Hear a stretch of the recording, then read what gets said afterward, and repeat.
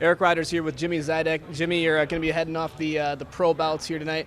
I want you to first tell us a little bit about yourself, what your background is, how you feel like going into this fight. What are you prepared for? What do you think your game will be? My name is Jimmy Zidek. I'm a striker. I like to put on a show and give everybody a good knockout. Good knockout, that's where you're going to go. Now your opponent, Dennis Anderson, a guy that will win by submission a lot of times, but then when he loses, that's generally what it looks like. The trend is he will lose by submission. So is that something you're comfortable doing if it comes to it? I'm prepared for everything. I'm prepared for the best Dennis Anderson there is. So if it's knockout, submission, or if it goes to the decision, I'm prepared for it. We were looking a little bit about your history here, Jimmy. Looking at where you're training. And so you're from Wisconsin, but you train out of state. Tell us about your experience. What makes you train out of state? Why would a guy go out of his way driving? What you said, 17 hours. You were telling me off air. 17 hours you want to drive to go do this? Why would a guy do that? It sounds a little crazy, but you explain it. I've been training in Denver for this fight. I'm training with Elevation Fight Team. They have some of the best coaches in the world. My teammates are the hardest working guys in the world. I get to train with Neil Magny, Drew Dober, TJ Dillashaw. These guys are some of the best, and it just makes you step up your game a lot. The elevation too. It's a big key into the training. All right, Jimmy Zidek looking to win here tonight against Dennis Anderson, and then also eventually become in the UFC. So we'll see how that goes. We'll have that fight coming up later tonight. All right, we are heading now into the professional ranks as we have 4 fights for you, including co-main events. Alex Gilpin versus Jose Pacheco and Mark Lemminger and Brandon Zuber. Those are both title fights. But first, we start off with the pros at 150 pounds. Jimmy Zidek is heading to the cage. As you see, a lot more experience now. Zidek with a record of 13-8. Going to be squaring off with Dennis Anderson, who is 11-8. Zidek out of Sheboygan, Anderson out of Madison, checking out the Carbon World Health tale of the tape. And similarly sized fighters. I was talking with Anderson before the fight. Kind of quiet, kind of succinct in choosing his words, but definitely all business as far as Zidek goes. We'll see. We'll see if Zidek is going to be able to square up here. So we got Zidek first. Let's take a look now at Dennis Anderson. All right, talking now with Dennis Anderson. Dennis, now you're going to be facing an opponent, Jimmy Zidek, who a lot of wrestling background, and yourself looks like your wins come by submission a lot of times. Do you have a preference on how you're winning these matches? No, I just take it as it comes, and whatever's open, that's just the way I'm going to take it. All right, well, tell us this. It's been an interesting journey for you. So a couple of years off from fighting, and now you're getting back into it. What's been your training techniques to get back into it? What's been your journey? What made you decide to do this, if that's been a factor for you? Just training, sticking to the basics, getting back in there, and just trying to make one more run at a good end to a career. And what would be that? I guess if you're talking about an end to a career, is this kind of like, would you call it a last fight, or is this something that you want to take into consideration to say maybe I'll continue to go on? No, I think this will be the last one for me. All right, man. Well, we're gonna have to see how that goes, and I appreciate your time. Thank you so much, and good luck tonight. Thank you. Dennis Anderson making his way to the cage, and he is well known by MMA fans here in the Madison area. He has been throwing down for quite some time, and now stepping into the cage once again. He has had some brief respites. 11-8 is the professional record, but Anderson as wily of a vet as they come, fighting at 150 pounds. He looks ready for this one tonight. Told me that he's ready, and I'd like to see Dennis Anderson with a good showing here tonight. I think a lot of people are in his corner this evening. We will check out Anderson and Zidek as we go to the cage with Chris Garrity. Ladies and gentlemen, our first professional bout of the evening is brought to you by the Coliseum Bar, the official host of the Chosen Few Fighting Championships post-fight party. Introducing first, this man fighting out of the Coliseum Bar, red corner, He stands in at 5 foot 11 inches tall. He weighed in at 148 1/2 pounds. He represents Highland Fight Systems and hails from Sheboygan, Wisconsin. He has an impressive record, 13 victories, 8 defeats. 5 of those victories come by way of knockout. Ladies and gentlemen, welcome Jimmy Daywalker Zidek. His opponent is this man, fighting out of the Harley-Davidson of Madison, blue corner. He stands in at 6 feet tall. He weighed in at 150 ready pounds. He represents the chosen few and hails from Stoughton, Wisconsin. His record, 11 victories, 8 defeats. 8 of those victories come by way of submission. Ladies and gentlemen, welcome back to the cage, Dennis Anderson.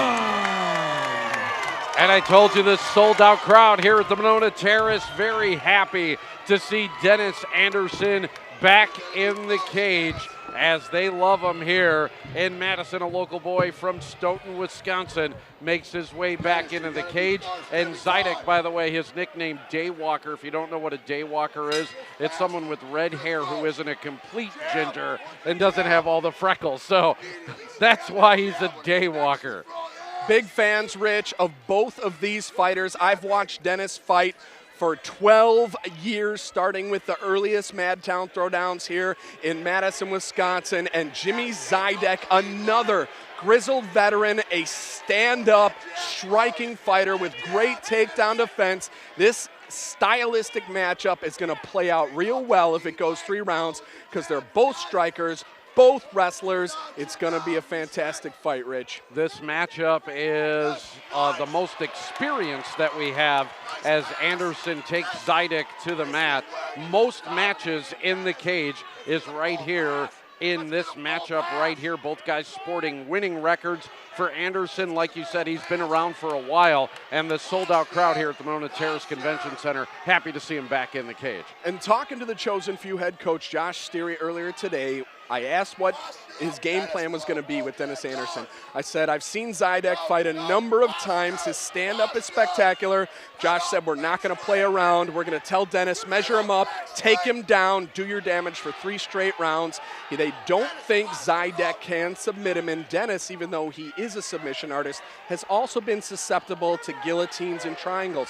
So you have to be worried a little bit sitting in guard like this. I would prefer to see him move a leg and at least get into side control, but at least for right now, Dennis does seem to be in control. He is in control right now. Like you said, a submission artist, 8 out of his 11 victories coming by way of submission, so he knows his way around the mat inside the cage. Anderson still in control on top, and a good right hand into the side of the face of Zidek as he is striking here. And we're going to see how much damage Zidek is willing to take. If you watch Zidek's left hand, what he's doing is he's pushing bicep of Dennis Anderson up so that he can hopefully whip that leg around and put him at least into a triangle or a possible transition into an arm bar. But that's also the same arm Dennis keeps landing those shots with. So that's what I meant. We're going to see how much Zidek is willing to take before he just eventually tries to get out from under him. Because right now, it looks like he's going for that triangle, but he's taking a lot of shots to the left side of his head. You used the word transition. We're transitioning from amateur to pro bouts now, so this is our first professional bout of the evening. What are some of the differences that we see with that, Chris? So this is what you're going to see here is they have full use of the elbows on the ground or in a stand-up position. So you're going to be able to see these guys use forearm and elbows for whatever they want, whether it's to the head, to the body, doesn't matter. You're also going to be able to see knees to the head for a standing fighter. They still can't do it on the ground. A big change that came to all MMA throughout this country was the 3-point stance. What used to happen is if a fighter was locked up against the cage and he put his hand down, he was considered a down fighter, and they were no longer allowing knees or kicks to the head. That is gone. If you put your hand down to protect yourself, you're going to catch one right to the face because you've left the opening. So that is one huge rule change that professional MMA has went through this past January. So don't do that. And you talked about those forearms and elbows. As you see here, Anderson using forearms to the face of Zidek as he's been on top and in control here, as now Zidek using his legs to push Anderson straight off. Anderson's going to counter with some legs of his own, and now he comes back to the forearms again. And you heard shouting, it was coming from behind us. A guy named Pat O'Malley, who's got a lot of experience, was telling him to use that stand-up as a pass. What that meant is sweep one of his legs over and get into either side control or at least into a half guard, and he didn't do it. So Pat was pretty upset about that. But I'll tell you, if Josh Steary could have written the script for the first round for Dennis Anderson, other than the pass, this is it right here. He's in control. He hasn't really been in any danger of being submitted, and he's winning this round fairly easily. You mentioned some shouting, a lot of shouting going on from our fans as well. Sold out here tonight. You couldn't even walk up and get a ticket to the Monona Terrace Convention Center. Amazing what Josh Steary's been able to build here with Chosen Few Fighting Championships. This is awesome here at the Monona Terrace Convention Center. And great fans, educated fans. You don't have those dopes running around the cage yelling, punch him in the face or kick him in the head. Right. You could tell these people like action, not only on the ground, but also in the stand-up position. And here's where Zidek is able to get that arm outside, and he's going to look to set in a triangle, but Dennis did a great job. He put that pressure on top and didn't let that bother him, and you haven't seen that much out of Dennis in his last few fights. Great job from Dennis Anderson. As the round ends, as Dennis almost made a mistake there, but he's able to get out of it, finish with a flurry, and take round number one. Round two coming up next. It is Anderson and Zidek, and you're watching Chosen Few on Wisconsin's 57 Sports.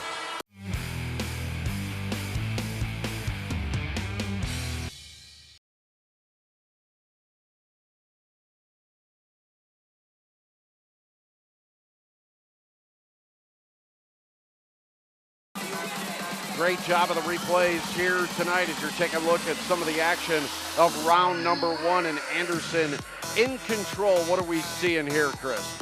Well, what you're seeing is what he did all round. He wasn't worried about Zidek's submissions. He was able to rain down the forearms and the punches.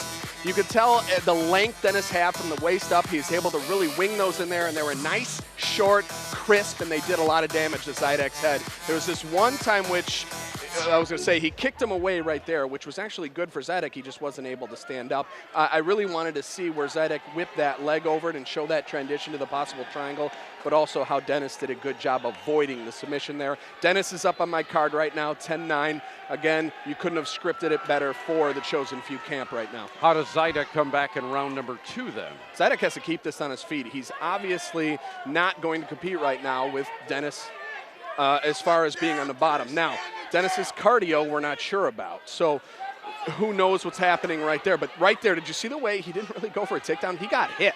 I think Yes, Zidek might have caught him there, and I think he's still a little wobbly. He's flat-footed now. Dennis right now needs to get control of his body.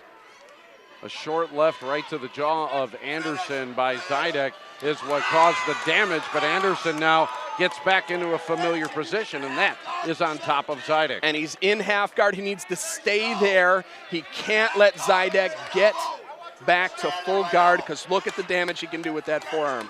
Now he's stuck up against the cage a little bit. That actually can help Zidek the way he can push off it, but Dennis is doing a good job staying heavy on top. He wants to keep raining down those little elbows, those little forearms. All that stuff hurts and takes its toll. Yeah, he keeps driving into the head of Zidek, and now a cut is open below the left eye of Zidek as well, and blood on both sides of the face of the Daywalker as Anderson keeps driving into him right now and using the elbows. You see the elbow to the side of the head, so we talked about some of the differences between the pro and the amateurs, and there it is right there. Those elbows can cut like a knife.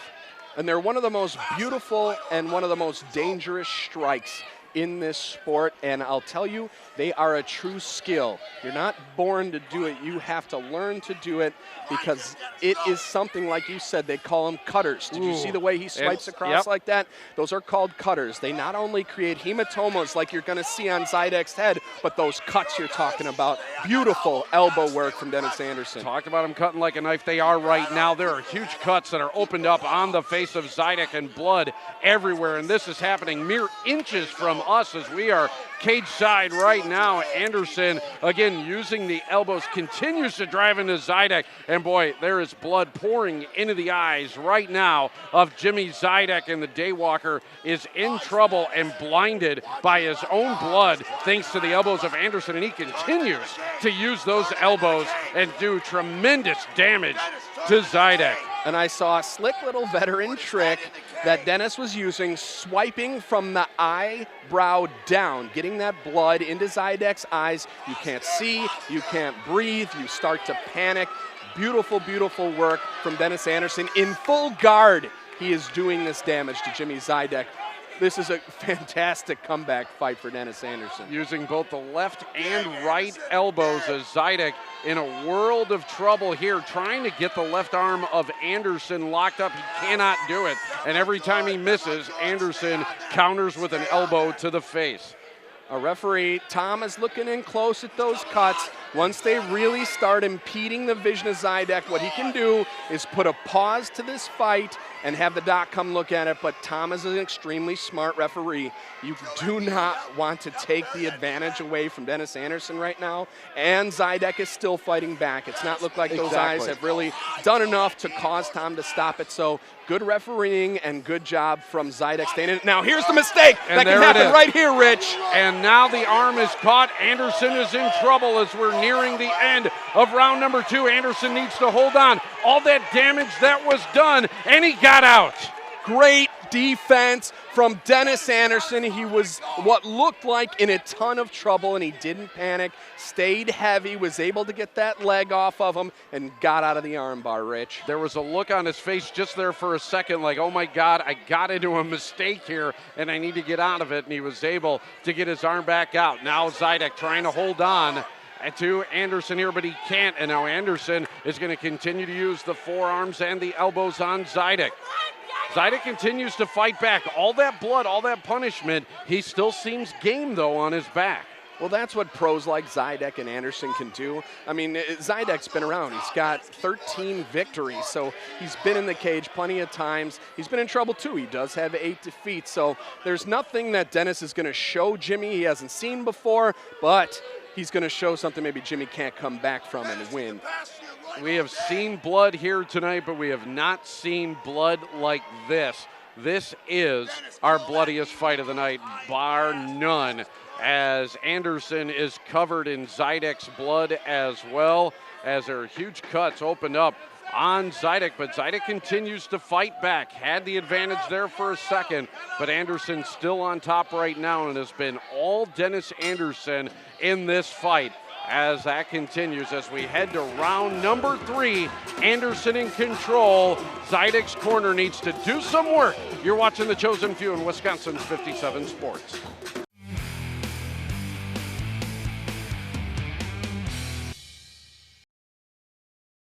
Well, hopefully you're not squeamish, because if you are, this fight is not for you. Lots of blood, courtesy of the elbows of Dennis Anderson. Dennis Anderson is making a sacrifice to the mixed martial arts gods in this fight, and he's using Jimmy Zidek's head to do it. Unbelievable, and I got to give a lot of credit to the Daywalker, Jimmy Zidek. And that's right there where he almost had Anderson locked up. I love the calm, cool, and collectedness of Dennis Anderson there. In the past, he's lost fights in those moments, getting caught in mistakes, but he didn't panic, was able to keep the pressure on and get out of that submission. So and the fight's been called, Rich. And they just called it. Oh, it's over. Doc says Zidek cannot continue. Yeah, and those cuts were just too much.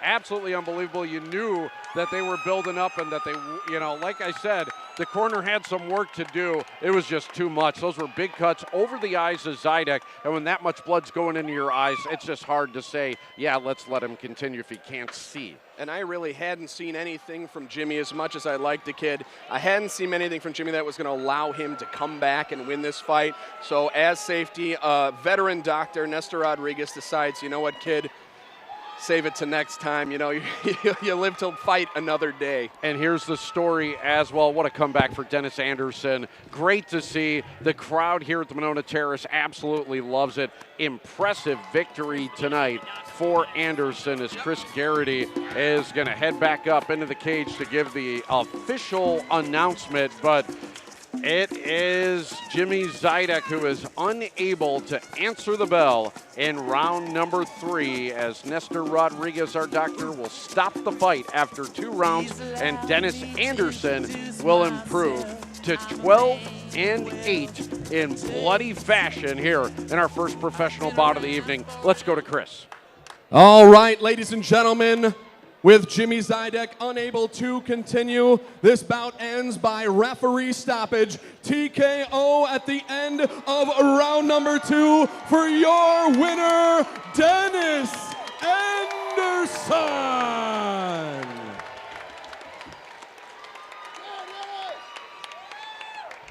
Great job by Dennis Anderson, and we are not done, not by a long shot. 3 more professional fights coming up, including 2 title bouts. That is next. Keep it right here to the Chosen Few Fighting Championships on Wisconsin's 57 Sports.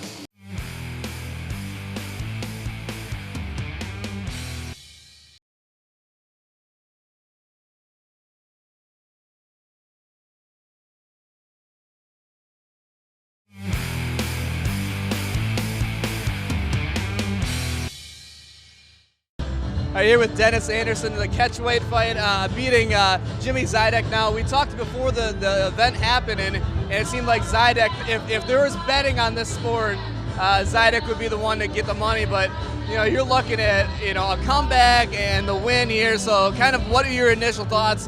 And to say, man, like, proved a lot of people wrong, I would think. Yeah, no, it felt great, and it's the most composed and the most ready I've been for a fight in a long time. So it felt great to just go out and do what I did. So. Yeah. So then to say that you're going to have this this comeback tour, as it were, and to come out and get the victory, let me just ask you straight out, what's the future hold for you? I think that's the last time you see me in the ring. Well, it's great to have you here for that final fight. But let's walk me through the way that fight ended. Now you're looking at obviously you got an early takedown and then things were kind of back and forth. But walk me through, and mentally, is there anything that you kind of thought, maybe this wasn't going to go my way, or maybe there were some things I could have taken advantage of that I didn't?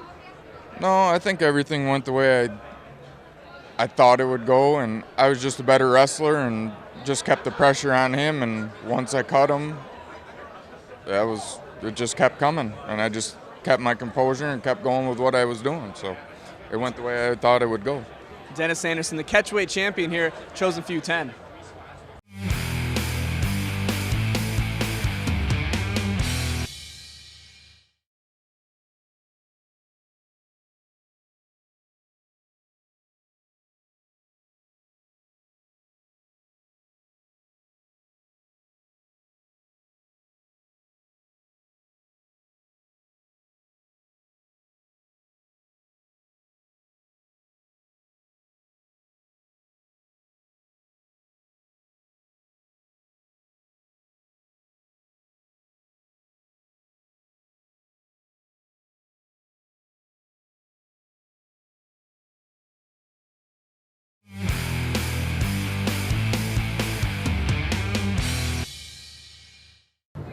Patrick Delgado now, you're going to be facing Darin Oler, a guy you know a lot about. You guys had some history training together. So tell us about your guys' history, if you think it gives an advantage to one guy or the other, or if it's kind of a wash at this point in your guys' career. It's no advantage. It's a wash. We haven't trained together in quite a long time. Been like 5, 6, maybe even 7 years. But we both came up in the same gym, started out the same jiu-jitsu school, and that's how I know Darin. So, yeah, excited for this fight. It's going to be a good one. So you guys feel like you have, do you feel like you have similar fighting styles? Is that something we should be watching for tonight? The jiu-jitsu probably a little bit similar, but, we all both branched off and did our own thing. So I guess we're going to see, the little bit of the differences now. All right, let me put this scenario in front of you. It's round 3. There's a minute left in the fight. Who wins and why? Oh, I think I win for sure. I just been training way too hard. I feel like I deserve this. It's my time. All right, well, I like the confidence, and we'll be back. We'll have the fights later on tonight, and here we are with Patrick Delgado. Good luck. Thank you. All right, here comes Patrick Delgado as it is our second professional fight of the evening. We got our co-main events coming up. 2 title fights back-to-back, but first, this is a nice-looking warm-up here tonight between Delgado and Darin Oler. As you take a look at the Carbon World Health tale of the tape of these 2 fighters. Both of them are winners here. So far, Delgado a record of 3-2, Oler at 5-3-1. So we're expecting a good matchup here at 170 pounds. So there's Delgado. Let's take a look at Oler.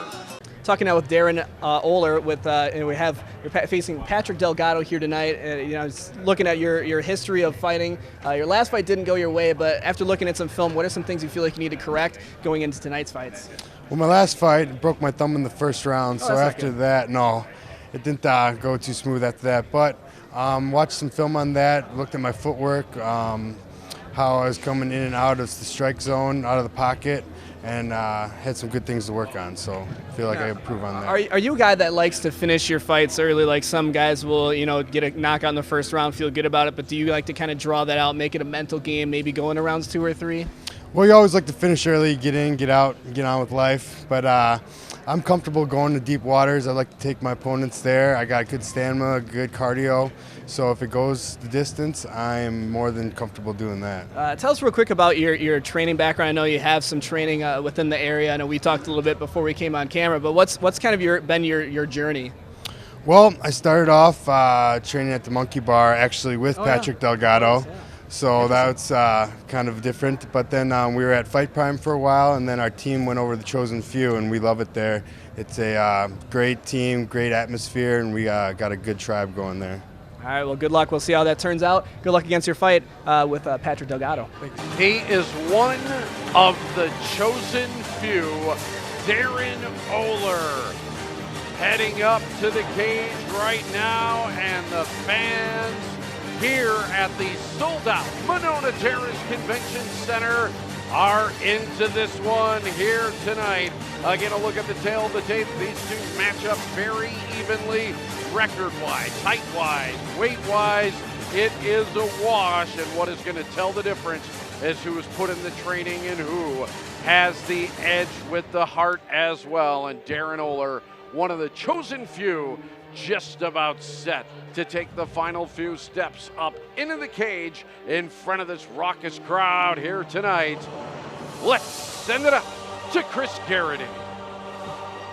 Ladies and gentlemen, our second professional bout of the evening is brought to you by Subs.com and features 3 rounds in the Chosen Few welterweight division. Introducing first, this man fighting out of the Coliseum Bar red corner. He stands in at 5 foot 10 inches tall. He weighed in at 169.5 pounds in 5 professional bouts. He has 3 victories. One of those victories came by way of knockout. He hails from Janesville, Wisconsin, and represents Fearless Mixed Martial Arts, Patrick Ghost Delgado.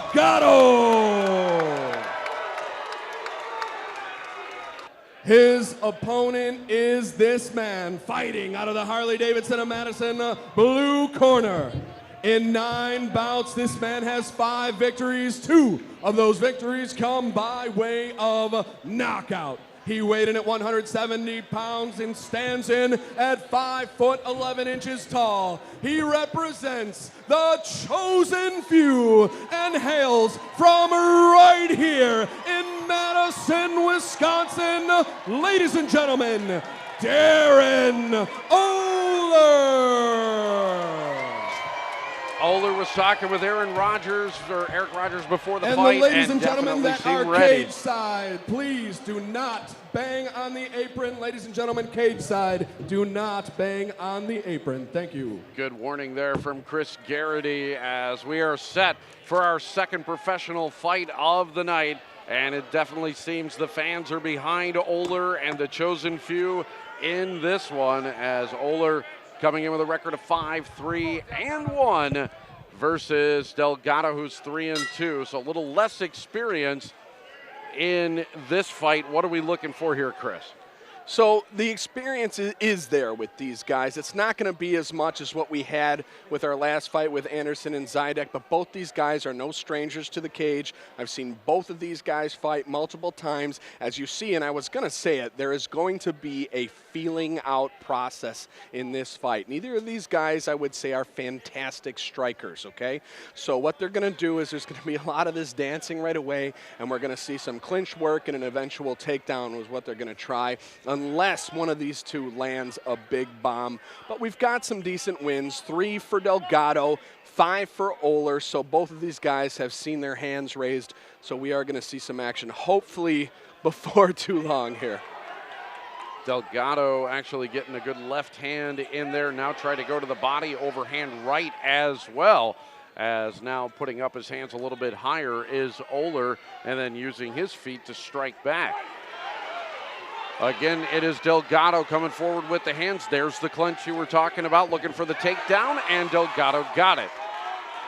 Good job from Delgado, was able to keep Oler off balance, push him up against the cage, then reach for the single leg, which is a lost art in mixed martial arts these days. You do not see a ton of single leg takedowns, and Delgado looking to get in a dominant position here, taking Oler's back. And there is blood coming off of the face of Delgado, I believe, and it's on the back of Oler. Didn't see what actually opened that up, but there is blood coming out of, I believe, the nose area of Delgado. So and Delgado on top. What you're going to see, Rich, in a lot of grappling like that, their heads bang together. The back of the head is real hard, real tough.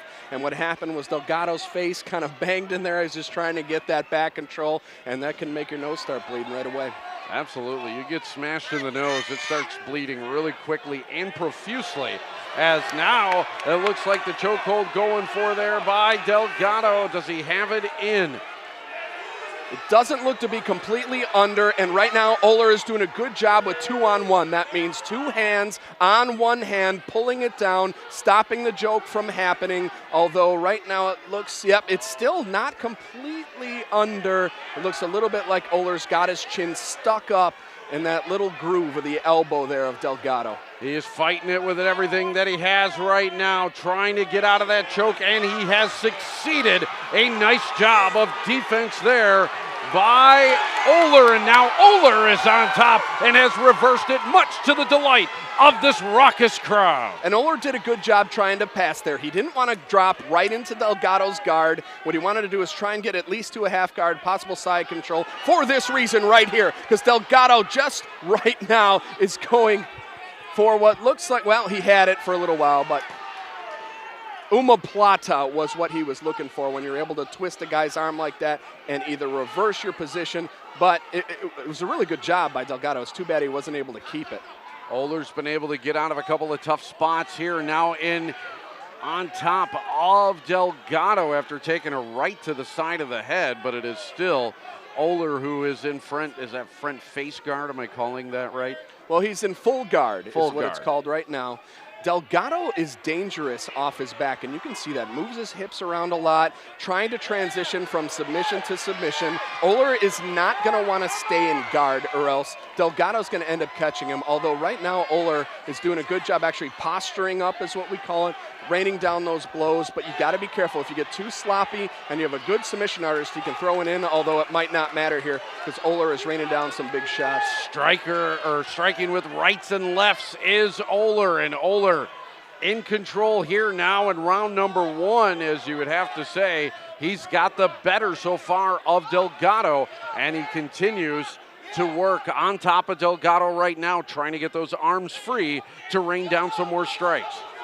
And Oler did a really good job striking and keeping Delgado kind of on its toes as a submission artist, but he got a little sloppy there. Let Delgado roll and now take him down, and he's going again for back control. What a great back and forth fight, Rich. Yeah, that's what we've seen so far. A couple of reversals. Both guys have had the advantage here in the first round, and now it is Delgado again on top, and almost always all the way on his belly is Oler trying to fight his way out, using the post as well, trying to gain leverage with the cage is Oler.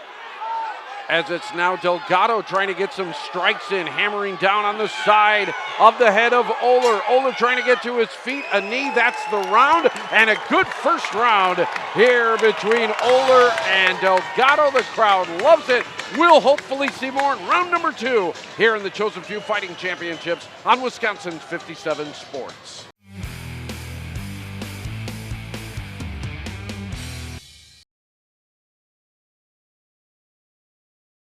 And we're back at Monona Terrace. The crowd loving round number 1 as pretty even round, tough one to score, wasn't it, Chris? It was. Because it was so back and forth and both guys had their dominant positions, people in Madison are not going to like this, but I'm going to give Delgado this round because he started in dominant position and ended in a dominant position. But you got to give Oler right there a ton of credit. That 2-on-1 technique he was using, he never let Delgado get that elbow underneath the chin. He did it again at the end of the round 2. And that might have been in the story of round 1 because it was almost the end of Oler right there. If Delgado sinks that in, this fight is over. Instead, Oler fights to live another day, got some blows in of his own. Lots of good offense in that first round as we look for more action here in round number 2. Oler and Delgado squaring off. It is our second of 4 professional fights. I'm Rich Reynolds along with Chris Garrity. We are cage side bringing you all the action here tonight, and so far so good. We have seen some great fights, tremendous finishes as well, and this fight shaping up to have a good finish as well. And Rich, what we're going to see now is if this is going to become a gas tank fight. Both those guys expended a lot of energy in that first round. Both had chances to finish. We're going to see how much it took out of either fighter and who can keep and sustain that energy for the second round here. Both fighters content to be on their feet here in the second round. We'll see who's going to get the edge striking-wise now, as both guys a little bit more cautious now here to start this round as well. Well, and this is where these guys are both, as their careers move on, they're really going to want to develop their striking because it just becomes a grappling match like it is right now. So if one of these guys gets some good stand-up, some good Muay Thai, and you have the ground game both guys have to go with it, then you're going to become a complete fighter. But another great takedown here from Delgado. Use a single leg, popped him down. Now he's in half guard, Rich, almost into side control if he can pop that leg out. Although, I was going to say, Oler had his head kind of in, you know, kind of a makeshift guillotine, but you never want to do that when you only have a half guard.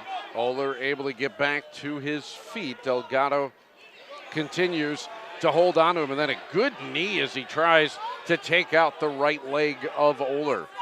And when you hit the meat like that, we talked about it before, you keep hitting that meat, that Charlie horse forms. Eventually you can't put pressure down, and then your kinetic chain starts to fail, and you can't even throw your right hand because the thigh has taken so much damage. Now, he had only took 1 or 2 there, but that's a place where I would say you'd want to start throwing some inside leg kicks, trying to work that inside thigh on Oler right now because you're able to do a little damage with those knees. Chris, I'm loving actually the analysis that you're providing tonight, not only in calling the holds, but you understand what's actually happening to the fighters' bodies here as well, as Delgado now once again trying to get a choke in on Oler.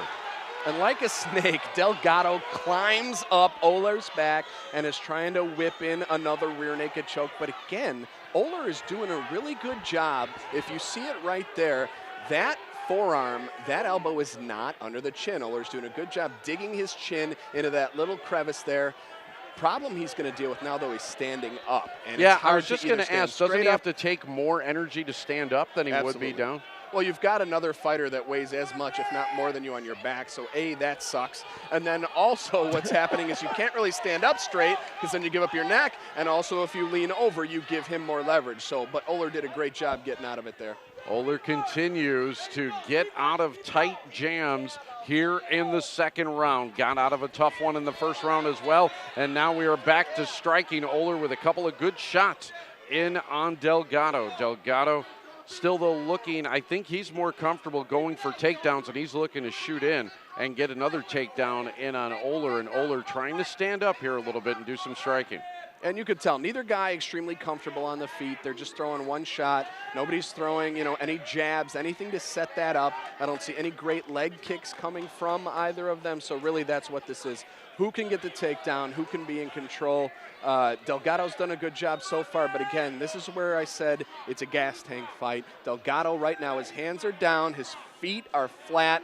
Oh, and a good running out of gas. Straight left to the face of Oler. But what we're not seeing are combinations that we were seeing, from other strikers earlier that we saw tonight. Whether it's multiple punch or punch and kick combinations, we're seeing one shot at a time from these fighters. And Oler right now is definitely the fresher of the two fighters. Again, sloppy with that striking. I wish he would, stay a little tighter, keep controlled. I think he could go down the middle right now on Delgado because Delgado's hands are low and they're wide open. So uppercuts, jabs, straight rights, crosses, they're all going to land right now if he throws them. That's what I would be telling him if I was in his corner right now. We saw Oler slip a little bit, and he might have slipped there a little bit again as well. Now, this canvas, which is absolutely a beautiful surface, does it get slipperier as the night goes on? Especially we've seen some pretty bloody fights. It really depends on what's on the canvas. If there's blood on the canvas, it'll be slippery. If there's water on the canvas, it'll be tacky. So it really depends. We haven't had a ton of water, and normally there's water spilled everywhere. Yeah. But since we've had a lot of fights end early, there really hasn't been a ton of sweat or water spilled, so it's still a little bit slippery, almost like a new canvas. And that's what we're seeing here in the second round. Another tough round to call. Probably went the way of Delgado. We'll talk about it when we get back. Delgado and Oler finishing up round number 3 next here on The Chosen Few in Wisconsin's 57 Sports.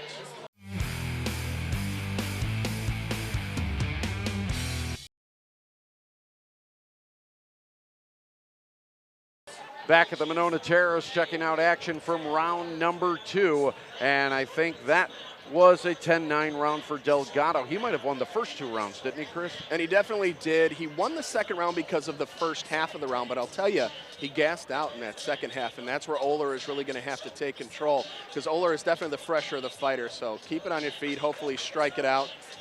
Oler did a really good job avoiding the submissions again, and we'll see what Delgado has left because I know he's going to try and grind out that submission here. We saw the single leg takedown there as well, the lost art that you were talking about. Now we will see the final stanza of this poem written. And it has been a good fight here. The crowd's been into it. They're definitely behind Oler, but Delgado definitely getting a lot of respect from these fans as well. He's had one hell of a fight. Yeah, he looked good in those first 1.5 rounds. Again, he's now flat-footed. He looks tired. Hands are down. If I'm in his corner and I see that, what I'm saying to him is you need to look for the takedown and need to look for it fast. The longer he stays on his feet with Oler, the more he's going to be susceptible to catching one of those, overhands that Oler's throwing right now. And that could end the fight. Delgado trying to throw some elbows to Oler, now coming back with a left jab as well. As we'll see who's going to be able to get the takedown here. Oler's been able to escape some pretty bad moments in this fight. And now trying to make it a comeback win here in the 3rd round. Is there a point where Oler's going to get to where he's going to have to go for broke in this one? Right now, he's down 2 rounds to none. If I'm in his corner, I'm saying knockout. You got to go for the knockout. And just a takedown and ground and pound's not going to win you the fight. Delgado's the type of guy that can sit and take some damage for the 5-minute fight that we have going on left here. So if I'm in his corner, I wouldn't even want him clinching right now. You need to separate and throw bombs. You need a knockout to win this fight if you're Darin Oler. So with the clinching going on, could it be a sign that maybe Oler too is running out of gas here in this one? Not at all. I think Oler is an extremely fresh fighter right now. This more goes back to what I had said. This is the root of him as a fighter. His natural progression now that he's tired is, I'm going to wrestle, I'm going to clinch. So right now, his instincts have taken over. His brain has stopped working. I don't mean to say that. Right. No, you understand what I mean? Yeah. Because he's exhausted body-wise, even though he is the fresher of the fighter. So right now, his body is working on complete instinct, and this is what he does well in the gym. So this is what he's doing well right now in the cage. Unfortunately, that doesn't win you a fight. Right, exactly. And he's behind right now and needs to come back in this one. Just about 3 minutes left in this round. A little bit less than that right now, and Oler's going to have to start making hay as Delgado ahead on the card. Doesn't have to do much. He's just got to fend off Oler at this point. And right now, Oler's kind of making it easy on him. Yeah, he is. I like that little step back left he just did, but he really needs to push away here because, again, if he wins this 10-9 on the control and a few strikes, he's still going to lose the fight 29-28. So if I'm in his corner, I just yell short time and strike. You got to get off him right now because you can't submit from here and you can't finish from here. So really, you can see the fans in the back yelling. They know Oler, who's the hometown kid, needs to do something to win this fight. And they're trying to urge him on right now. He definitely needs it. Delgado holding on to Oler's left arm, or right arm, excuse me, as he's having problems getting that one out. Both fighters now trying to use their legs to inflict some damage. Doesn't seem like a whole lot is being done, though, right now. And Oler, as the clock ticks out, this is not his friend. $1:45 left in the third round. And if you're Delgado, you're welcoming to this. You're tired. We saw him gas out a little bit at the end of the second round. Right now, this doesn't take a ton of energy. You've got the cage helping you out, although right now, Oler at least is trying for a single leg, trying to take him down. But Delgado does a good thing, threatens the neck, which now he got control there on the side. So, yeah, right here is where Oler needs to do it, separate and strike. And I saw a couple times, actually, Delgado, was looking at our big screen and checking out the clock. He could see the clock and the round whittling away right now. And so he's using the 57 big screen to his advantage, and why not? Use every advantage you can. Every second that ticks off that clock is a victory for him. Yep. And he's running out the clock right now. That's his idea, but now he's actually showing some offense as well. He hasn't stopped fighting in this one or is completely stalling. He's still coming after Oler. And that's good because you know what happened? Oler let him recover. He was tired. Instead of keeping that pressure on him, making him move around the ring, he let him stand up against the cage and recover. And now Delgado looks to be the fresher fighter and is going to grind out this victory. Delgado right now has control, though. Oler now on top, on the takedown. We have just 20 seconds, though, left in this fight. Something's going to happen. It has to happen quickly. You see Oler now check out the clock as he knows what he's up against, but it just seems like there's not going to be enough there to take Delgado out. Nope, not in full guard the way he is now. You're not going to land a knockout blow in the full guard like he's in. You can score some points. He's probably going to take this round 10-9, but I've got this 29-28. Patrick Delgado takes this fight. We'll see what the judges have to say as we go to the scorecards. The decision is next. Oler and Delgado. You are watching The Chosen Few on Wisconsin's 57 Sports.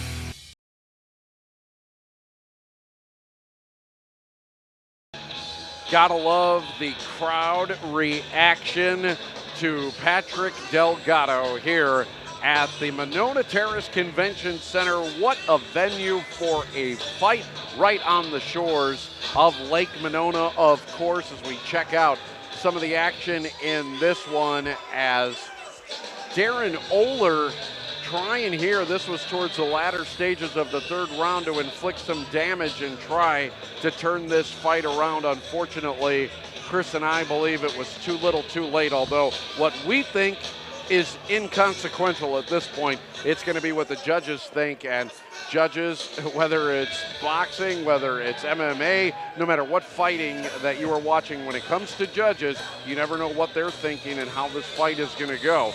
So we are going to leave it to Chris to tell us how it went here tonight. So, all right, we are just about set as Chris Garrity heads up into the ring. Let's get the official decision.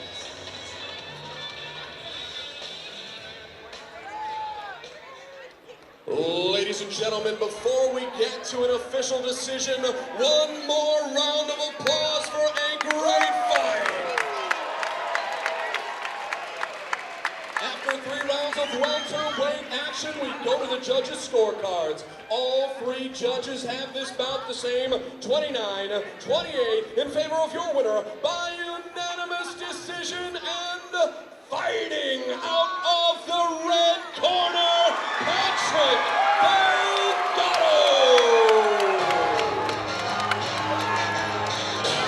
Delgado indeed victorious tonight. Chris Garrity had it scored correctly, 29-28 Delgado, as Darren Oler now will fall to 5-4-1. Delgado improves to 4-2, and the fans go crazy as he brought a bunch here with him tonight. All right, we got 2 title fights coming up next.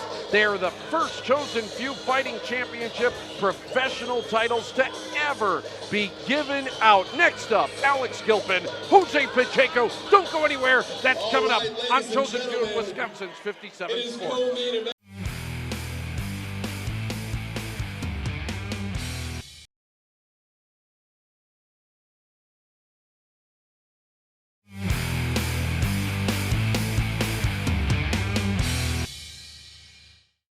Eric Rogers with Patrick Delgado, the 170 fight winner against Darren Oler. We talked about this, what the match could be. You know, it could be like a 3-round fight, and it would come down to, you know, what it's going to come down to. It was really funny how it kind of worked out that way, but talk about the back and forth battle, because it seemed pretty even for most of that fight. Yeah, it was a crazy fight. I would say definitely my most favorite fight of my life for sure. Those are the fights that you live for, you tell your grandchildren about. Those are the ones that you love. Darren's an awesome fighter, just a great guy. Big ups to him, tons of respect for him and also his gym, his team. They had him ready. It was just a war. I was going to say, is some of that have to do with the fact that you know Darren pretty well? Yeah, we had that same jiu-jitsu style. We were going for stuff. He went for a choke at the end. I went for like a bunch of chokes, and I went for an omoplata a couple times. I almost had him a few times. It was just about grit. I think we just, you know what I mean? I think I just out-gritted him tonight. But it was a crazy fight. It probably could have gone either way. Any time of the night could be different against him. It looked like both of you kind of respected the distances. So, and then one more thing I want to say, you know, it seemed like, you know, you got a lot of ups from the crowd. So talk about the fact, the venue here at the Monona Terrace, and just the fact that you got so many people coming out cheering you on. Yeah, this is my favorite fight, but probably my favorite place to fight too. Monona Terrace. It's just an amazing. The acoustics in here are awesome. I felt just a rush the second I walked in the cage. The whole time I was fighting, I could hear the energy screaming for me, screaming for Darren. It was one of those tidal wave type fights where he gets the momentum, I take it back, then I get it, and then he takes it back, and it's just one of those fights for the ages that I'm gonna cherish it for the rest of my life. All right, Patrick. Well, congratulations. It was a great fight to watch. Thank you so much, and good luck with whatever you do in the future, my man. Thank you. Thanks a lot.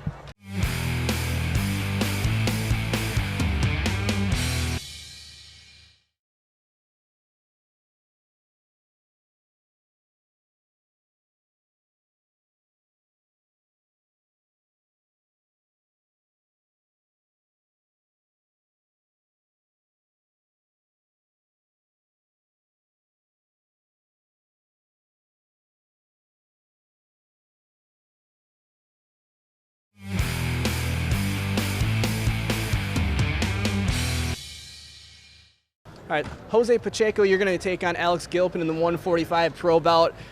First off, I want to get your thought on this, because the people online seem to say that Alex Gilpin will win this fight.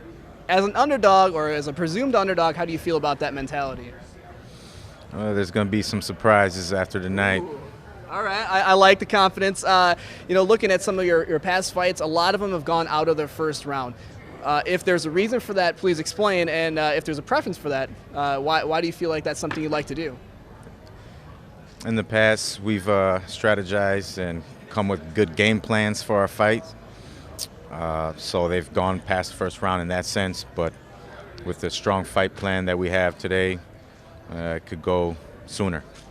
All right. Well, if it's a quick fight, we'll do our best. We'll keep following the action. And what is your? I mean, is there a lot of film study for you? Is it a lot of film study on yourself? Is it self-scouting, or do you do a lot of look on your opponent as well? We study our opponents. We also work on our game, improving upon it, constantly getting better, looking for the ultimate success, victory. Right. Well, we'll see how that ultimate success, if you're able to get that tonight. Jose is up next here tonight. All right, it is our first title fight of the night. I was checking out the belts a little bit earlier on. They are the first professional belts to be given out by Josh Sterry and the Chosen Few. And we should have a doozy for you. First up at 145 pounds, as Jose Pacheco is going to be making his way to the cage. And looking at Pacheco before the fight and taking a look just at body types here, for a guy at 145 pounds, massive shoulders on Jose Pacheco. Very kind of, you know, not indicative usually of the weight at 145 pounds, but this is a stocky fighter with a wide shoulder build, and sometimes that can give fighters trouble. And Pacheco coming in pretty good shape, and you check out the delts and the shoulders of Pacheco. He's at 5'6", Gilpin a 1-inch advantage at 5'7", both fighters making weight at 145 pounds for this title fight. All right, that's Pacheco. Here is Alex Gilpin. Now talking with Alex Gilpin, you got a fight coming up here tonight in the pro bouts, Jose Pacheco. First off, I want you to explain it. So you were here for Chosen Few 9. How'd that fight go for you? Did you feel like that was a goal you wanted to accomplish? If things went your way, you got the win, but as far as your goals are concerned, did you meet those goals? I did. I really wanted to get a first round finish, especially get it done on the feet. I got opportunity to do that, so I was happy with the performance. You know. Now, is that something that you feel more comfortable if you want to get in the ground game, or you feel like striking is kind of where you feel like your strong point is? You know, honestly, my striking's come a really long way. I feel like my jiu-jitsu is just as good as my wrestling. Obviously, I have a wrestling background, so anywhere the fight's going, I'm comfortable and I'm looking to finish it. So yeah, I was gonna say, you had that wrestling background, so obviously we know that's got to be an advantage to you. But is there anything that you kind of, obviously there's a little bit of a difference between wrestling and jiu-jitsu. So is there anything that may that maybe I revert back to that initially, or is there a little bit of a mental game you have to play with yourself to say we need to stick to jiu-jitsu? Well, as far as that goes, I felt like I had a wrestling style that translated jiu-jitsu pretty well. Okay. And just really been working on a lot of stuff, kind of combining the wrestling and jiu-jitsu together, and the strikes on the ground, and setting it all up, putting it together, MMA. So. All right, then one question, really quick. So from Texas, how did you get to this point? That's a long story, man. Wrestling scholarship after high school, ended up wrestling a year, and then after that, really wasn't too happy doing that, and so I stopped wrestling, switched over to MMA, and just been here ever since, man. All right, well, good luck tonight. We appreciate that. Good luck against Jose. All right, Jose Pacheco has made his way into the cage, dancing around the circle. Now he meets his opponent, the accomplished, the 6-1, Alex Gilpin, fighting for this open title here in the Chosen Few, and the first professional title to be given out in Chosen Few history.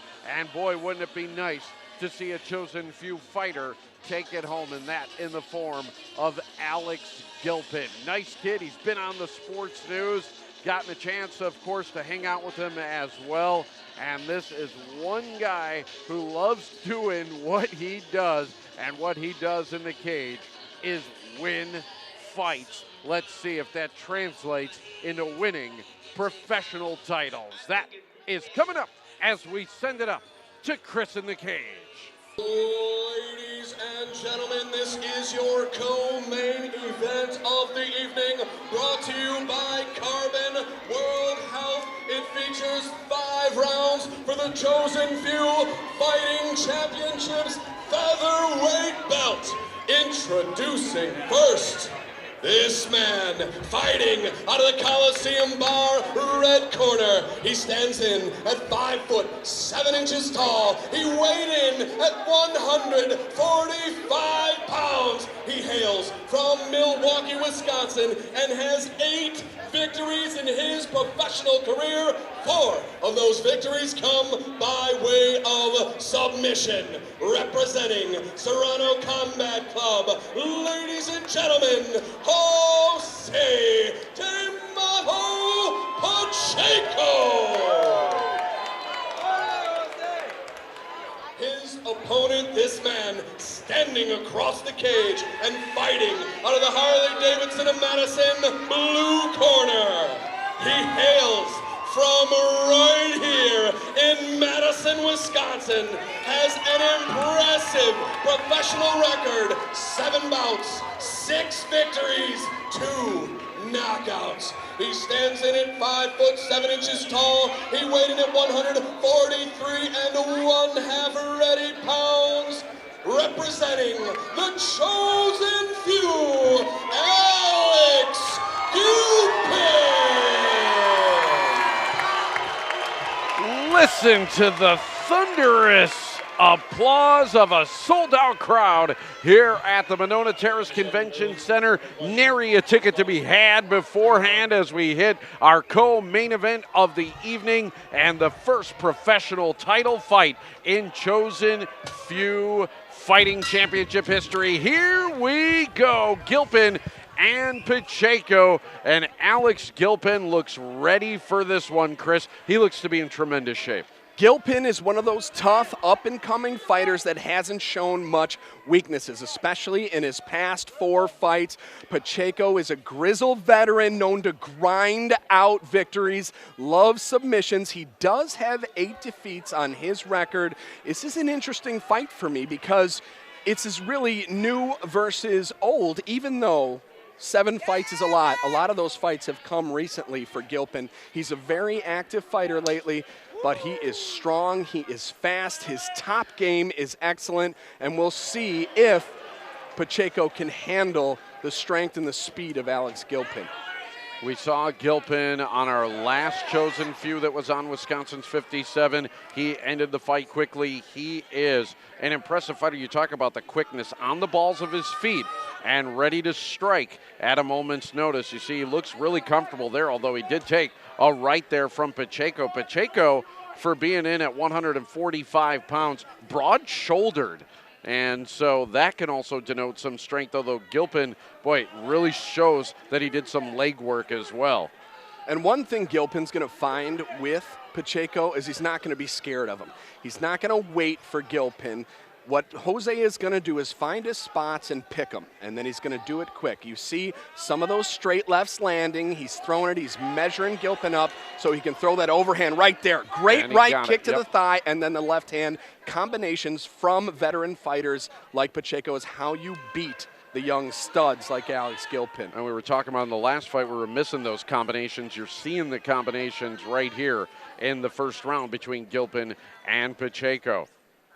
Gilpin's been able to land a couple as well. Everything has been on the feet so far. 3 minutes left in the first round as Pacheco tried a combo right there. Gilpin missed on the uppercut. Both fighters a little bit cautious here in the first round. And I don't know how many old school folks are watching this fight right now, but another old school cool Pacheco thing are those bad boy shorts. That's something you used to see in the old Vale Tudo days in Brazil. My favorite fight shorts of all time. Absolutely, as now Pacheco looking to get in a couple good shots on Gilpin. Gilpin back into the center of the ring right now, and somebody's going to get an opening here, you would think, soon.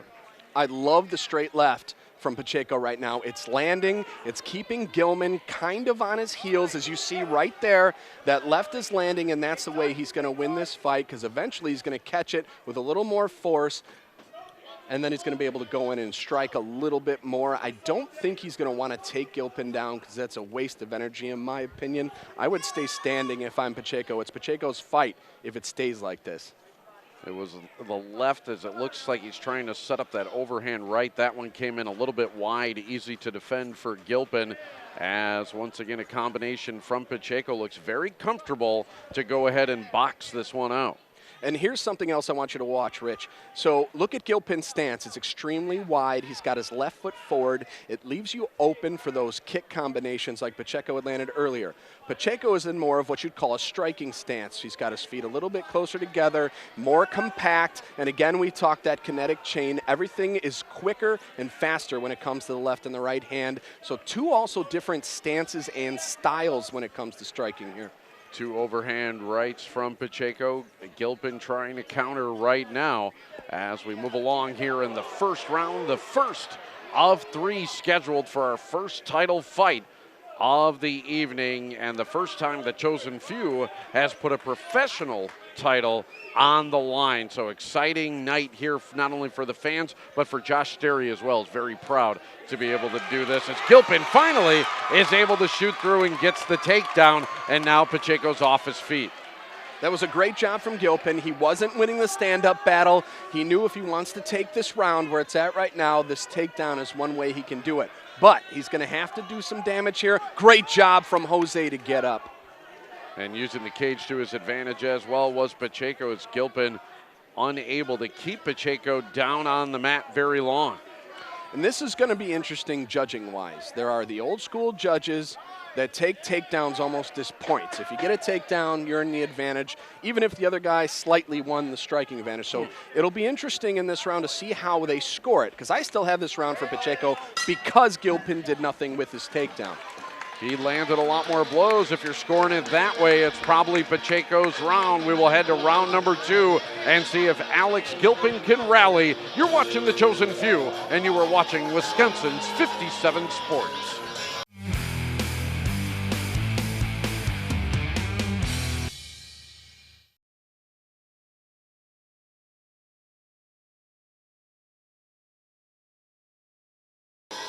All right, taking a look at first round action right here. A lot of it on their feet, and you think Pacheco had the advantage, Chris? He did. What we just saw, though, there in the beginning is Gilpin did land a few of those short lefts, but as Pacheco found his range, he started landing the left hand. Didn't land the kick clean there, and caught part of Gilpin's glove, and Gilpin did a good job with the takedown trying to score points, but then Pacheco got right back to his feet. So that's why I have that round to Pacheco. I don't think Gilpin did enough with the takedown to secure it. Judges also can think completely differently. It's all how that takedown's going to be scored. Right now I've got it 1 round to none, Jose Pacheco, but this is a 5-round fight, Rich. There's a lot left to go here. Yeah, unbelievable that, Gilpin wasn't able to do more with the takedown, so a nice job by Pacheco as we go to the second round now. And again now Gilpin early on going for a takedown. He's got the one leg, and you see a different strategy here in round 2 right away from Alex Gilpin. And obviously came right from his corner. Again, veterans in the corner too. You have Damian Decora over there, over 50 professional fights. Kane Rizzo, again, one of the greatest jiu-jitsu for MMA instructors in Wisconsin. So they saw what happened in that first round and said to Alex, don't stand with this guy, try and take him down. But there you go, Jose Pacheco, veteran, been there before. His coaches, again, Adrian Serrano, someone who's been around a while, and he landed a good one there. Gilpin able to land, and it obviously hurt Pacheco. He backed up. Now he countered with a good left that caught Gilpin, and Pacheco weathers the storm here a little bit. Gilpin goes for the takedown, and Pacheco's able to slip out of it. Good action here in round 2. And even though Pacheco did a good job recovering from that, you could see the extra bounce in Gilpin's step now. He knows he landed, he knows he hurt Pacheco, and he's getting a little bit more aggressive here.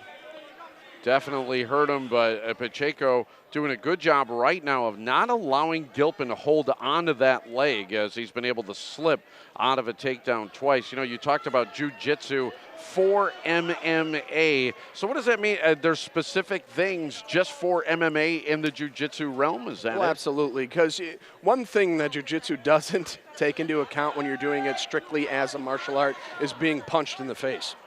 So jiu-jitsu for MMA is a very defensive type teaching from the beginning, but then also you have to learn sometimes setting up those submissions is going to get you punished, because you usually have to use, if not 2 limbs, 4 limbs to make it happen, which leaves your other opponent's limbs to strike. So there's a lot to teach differently in jiu-jitsu for MMA than there is just jiu-jitsu for competition form. Also, there's no-gi jiu-jitsu, there's gi jiu-jitsu, so that's a good having someone like Kane Rizzo in your corner, who not only was a professional fighter, but also one of the first black belts here in Wisconsin in jiu-jitsu. One of the best people to learn from.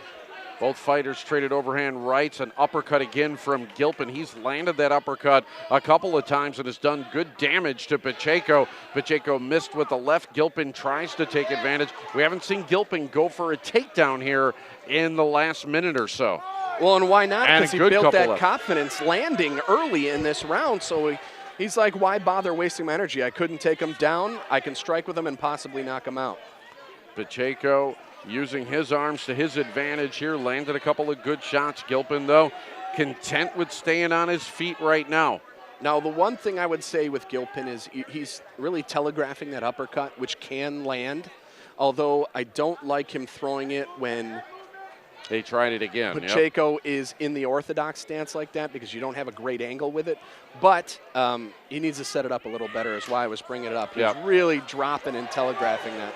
Landed a left there and thought he had Pacheco off balance for a moment. Couldn't take advantage and get him down on the ground where it seems like Gilpin might have the advantage. Pacheco has not tried for a takedown yet in either round. Again, Gilpin going for the takedown. He knocked him down for a second, but Pacheco back up quickly. Gilpin didn't pounce quick enough. Now he lands a good right, and both fighters square off again. And I love that punch. The overhand right now can land for Gilpin. He needs to go and throw two quick lefts, those two right down the center, quick jabs, and he can land the overhand right now on Pacheco. Pacheco bringing his hands back up. He had dropped them for a while. Gilpin using a jab to score there on Pacheco. Pacheco a cut right below his left eye at this point as he catches one to the side of the head and maybe to the ear from Gilpin.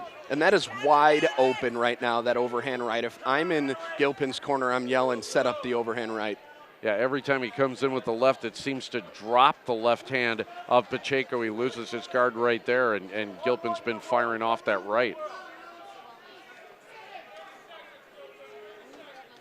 So we have just about 30 seconds left in the round, and maybe another tough one to score, although I think Gilpin might have had the edge in this round. Absolutely. He's won this round so far pretty easily. He's been the aggressor. He's landed the better and the harder shots. Pacheco looks like he's wearing down a bit, which is never good in a 5-round fight, especially when you're only in round 2. Both fighters trying to use their legs here as we're just nearing the end of the round. Pacheco got a nice kick in and then finished up with a right hand. And we'll see how the judges will score that one, or maybe we won't. Maybe we'll have a submission or a knockout. Who knows? You're going to have to stay tuned to find out here at the Chosen Few on Wisconsin's 57 Sports.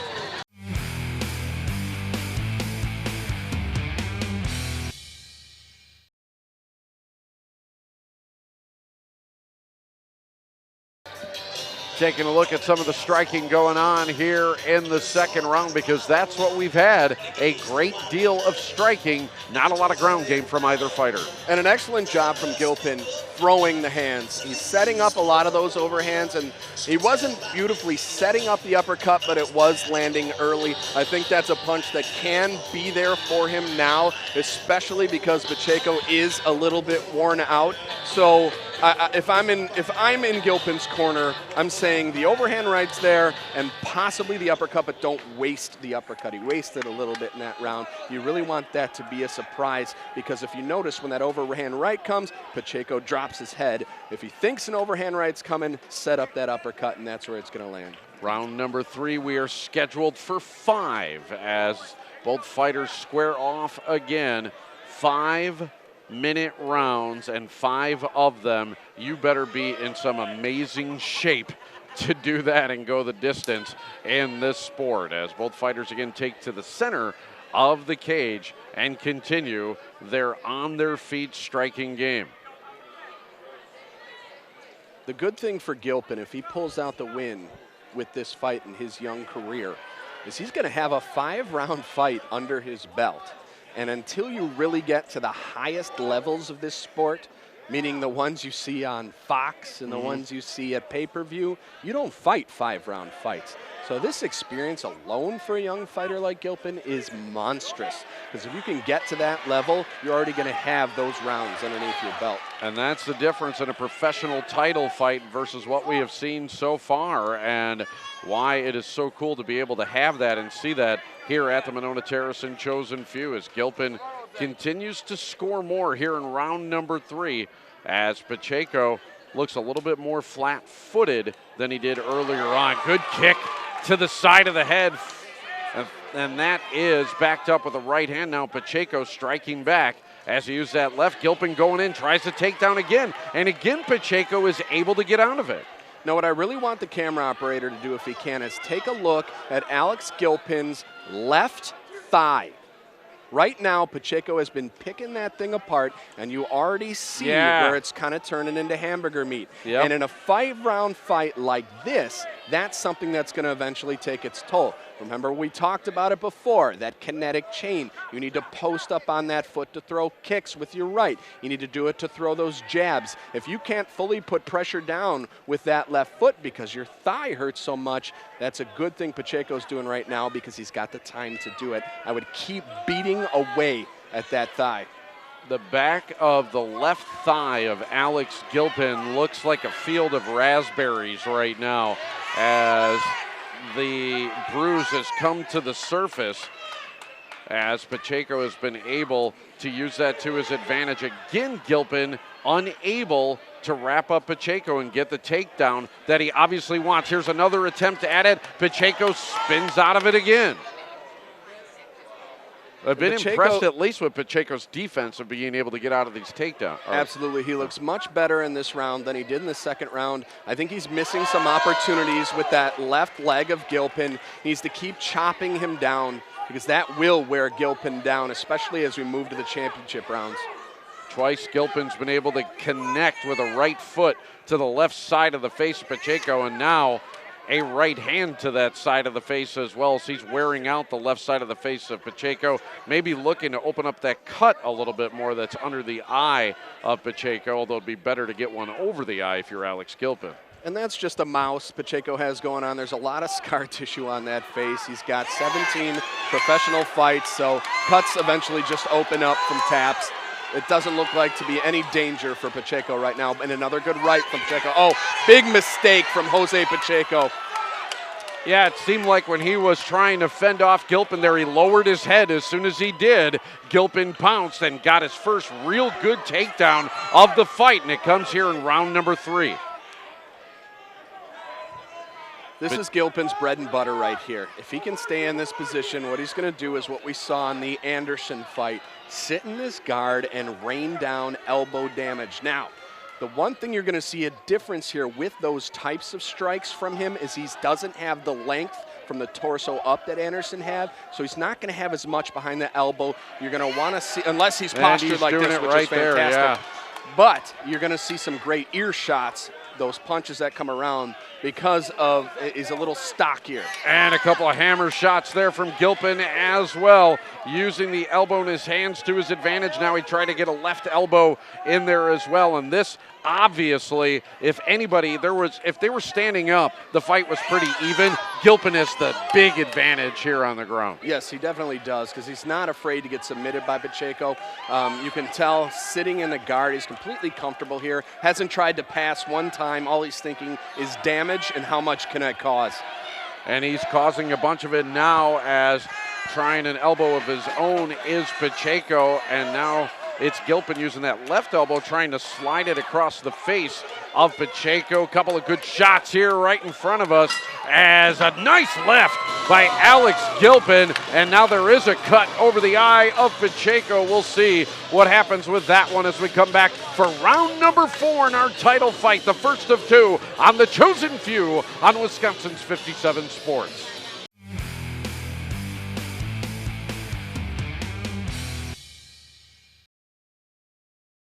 Rich Reynolds and Chris Garrity cage side as we take a look at the replays from round number 3. That seemed to be a pretty decided advantage for Alex Gilpin. Definitely. He's got the striking advantage at this point. He's obviously the fresher fighter, and he showed it at the end of that round, doing a lot of damage. Here you're going to see he's confident in his striking, not worried about anything Pacheco's doing, and there was the big mistake Pacheco made. He slipped, grabbed a leg, and then he spent the rest of the round getting beat on And we have the start here of round number 4. This one's scheduled for 5. Gilpin finished up round number 3 strong and looks to start round number 4 that way as an overhand right rocks Pacheco, and now he's raining down lefts. Pacheco trying to cover up for dear life. The ref is going to stop it, and we have ourselves a brand new champion, Alex Gilpin, the first ever chosen few professional champion, and he did it with a stunning overhand right. As we will come back, Chris and I will, to wrap this one up. You are watching the Chosen Few on Wisconsin's 57 Sports.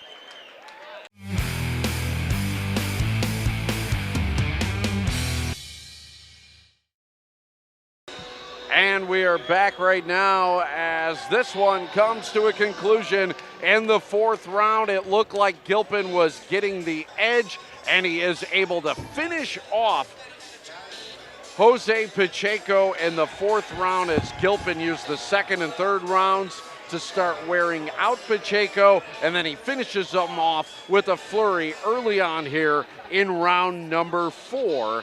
As we will go to Chris Garrity, it looks like a TKO is going to be the call. 14 seconds into round number 4 as Chris will give us the official decision. We had a little bit of a technical snafu right at the end of that one, but I'm sure that we'll be able to clean it up on the way for you. As a winner tonight, Alex Gilpin, and what a job he did to finish off Jose Pacheco in the 4th round. Pacheco was game, but it was Gilpin who got a lot of great ring experience, pulling down the first title in Chosen Few Fighting Championship history as far as a professional title. Let's go to Chris in the official announcement.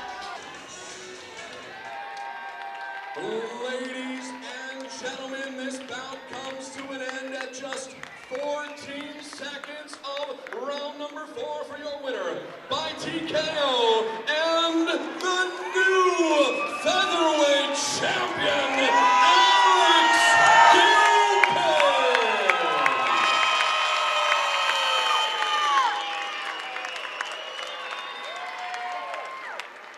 And there it is, the first professional title in Chosen Few history goes to Alex Gilpin in dramatic fashion. He wears the belt out of the cage as we will get set for the main event of the evening. That is next here on Wisconsin's 57 Sports.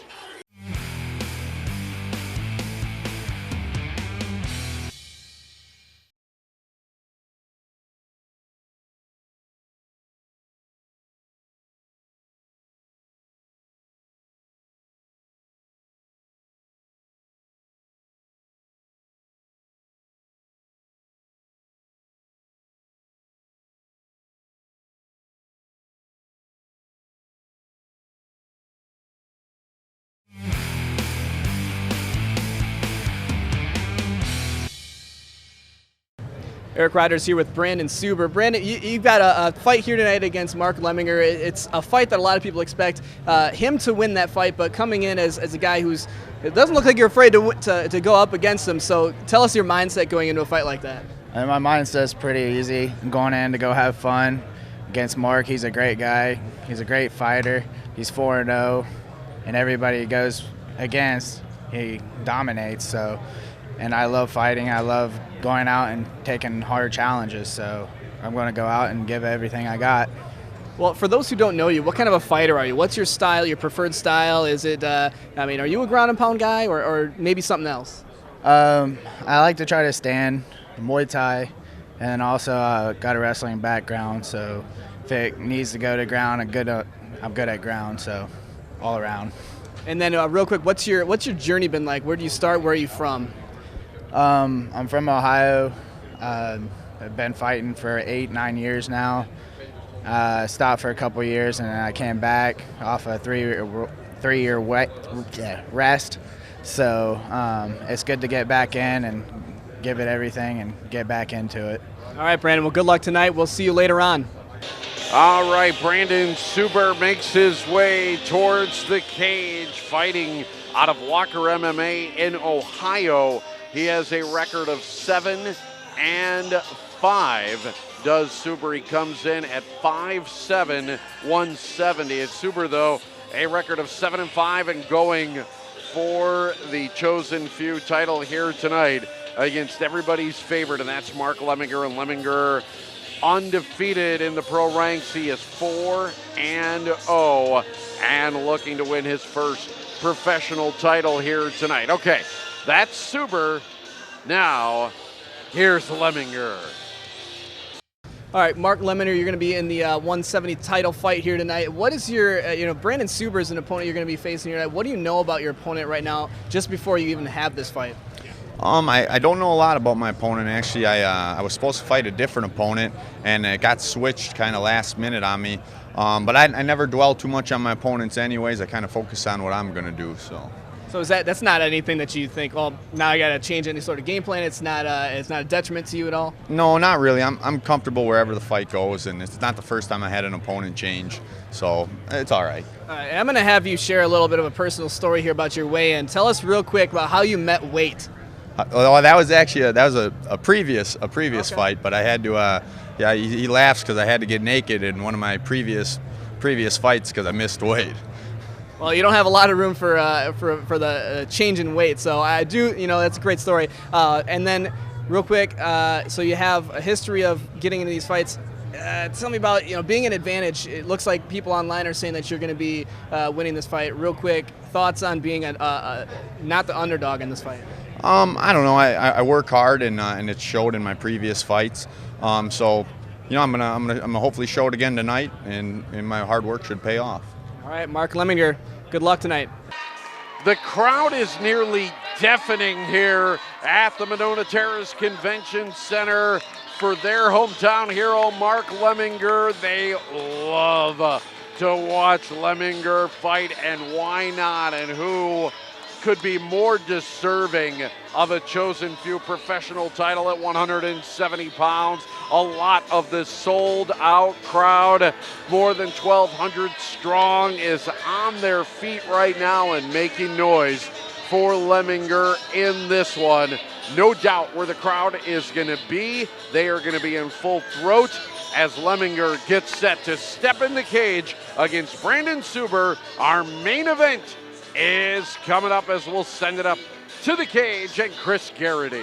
Introducing first, this man fighting out of the Coliseum Bar, red corner. He stands in at 5'7" tall. He weighs at 168.5 pounds. He hails from Huber Heights, Ohio, and represents Walker Mixed Martial Arts in 12 bouts. He has 7 victories. Ladies and gentlemen, Brandon Suber.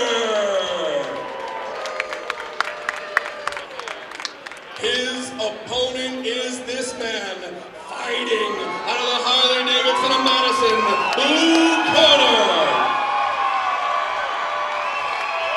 He hails from Johnson Creek, Wisconsin, and represents the chosen few. This man stands in at 6 feet tall. He weighed in at 168.5 ready pounds. He is undefeated. 4 bouts, 4 victories, 4 finishes, 3 by knockout. Ladies and gentlemen, welcome to the cage, Mark Lemminger. Absolutely deafening here at the Monona Terrace as Mark Lemminger gets set to square off with Brandon Suber, as Lemminger looking to make history and grab the first ever chosen few professional welterweight title. The crowd squarely behind their man here tonight as Lemminger and Suber touch gloves and they're ready to go, and Lemminger right in on Suber. And one thing that I've always been impressed about when I watch Mark Lemminger fight, he doesn't give the other guy a chance to breathe. He is in tight the entire fight when he's in the cage. Brandon Suber has a mountain to climb against Mark Lemminger. This kid has all stud, all war written all over him. None of his fights have even been close. We'll see if a veteran like Suber, 12 bouts under his belt, can handle just the raw power and raw talent of Mark Lemminger. And he is so good in close. I mean, that's got to be so tough on a fighter. I mean, there's almost no way to keep Lemminger off of you. And how frustrating is that when you're in the cage? You know, even though both guys weigh the same amount, when they weigh in yesterday, these are two completely different size fighters, and that goes exactly to what you just said. He cannot get Lemminger off of him. Strength, height, he's overwhelming right now in top control. You can tell Suber cannot escape anything Lemminger's doing right now. And the technique of Lemminger, I mean, absolutely amazing as he is right in on Suber from jump and has not let go as he is holding on to that right arm of Suber right now. And you will see Lemminger when he is ready to. I mean, he is not afraid to start dishing out punishment with his other hand. Well, and he's obviously not afraid of Suber at all. I mean, he hasn't even really thrown any crazy strikes yet. It's just been complete wrestling, you know, complete grappling control. I want to see him start throwing. Suber got back up to his feet and caught a couple of elbows for that, and Lemminger is right back in on him. And he will get in tight and get in tight quickly as, again, he's going to work on Suber, throwing hands, using arms and his feet, and again, getting Suber up against the cage. Now Suber trying to press Lemminger against the cage right here and using maybe some of that experience that he has to draw against Lemminger. Now, a lot of people would say this is desperation because you can't handle the brute strength, the power, the length of Lemminger.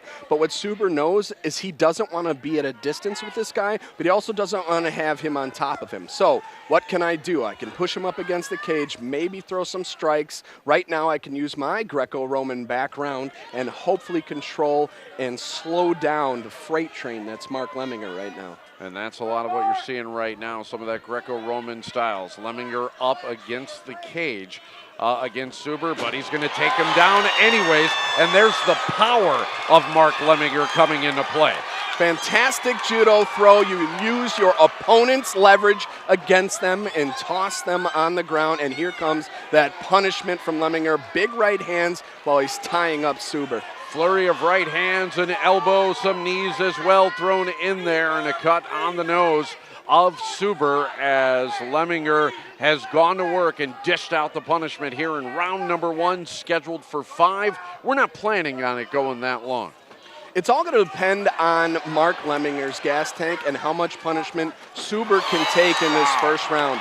If Suber can survive, we'll see what happens to Lemminger in the second round because he never gets there. So, how much is his gas tank? He's obviously in great shape. There's a lot of lean muscle there, but again, we got to talk lactic acid buildup. He spent a lot of energy grappling in the first round. Will it matter? Who knows? Because Suber right now is still not panicking, no matter what's going on in the cage, and he's close to getting back control right now, which is pretty big. So he survived the big punishment. Mark threw it on him right away. We'll see if this veteran right now can do some damage to Mark Lemminger. And can that help Suber emotionally, as now he's using his knee to drive it into the back of the left thigh of Lemminger. We saw that in the last fight. Pacheco was able to do that to Gilpin, and now that is what Suber's attempting to do to Lemminger. Take away a guy's legs, you take away his strength as Suber continues to drive forward on Lemminger with just over 30 seconds left in the round, but Lemminger uses his power once again to get on top of Suber. Definitely technique involved. You lift and trip, but power has a lot to do with that too. Taller, stronger, you're able to do that. And now fully mounted on a smaller fighter. This could end poorly for Suber. Now back mounted, so we'll see what kind of submission game Lemminger has. Doesn't have a whole lot of a time to do it. Final 10 seconds of round number 1. Another takedown as Lemminger continues to rack up the points here in round number 1, which comes to an end. We'll go to the second round next. You're watching The Chosen Few on Wisconsin's 57 Sports.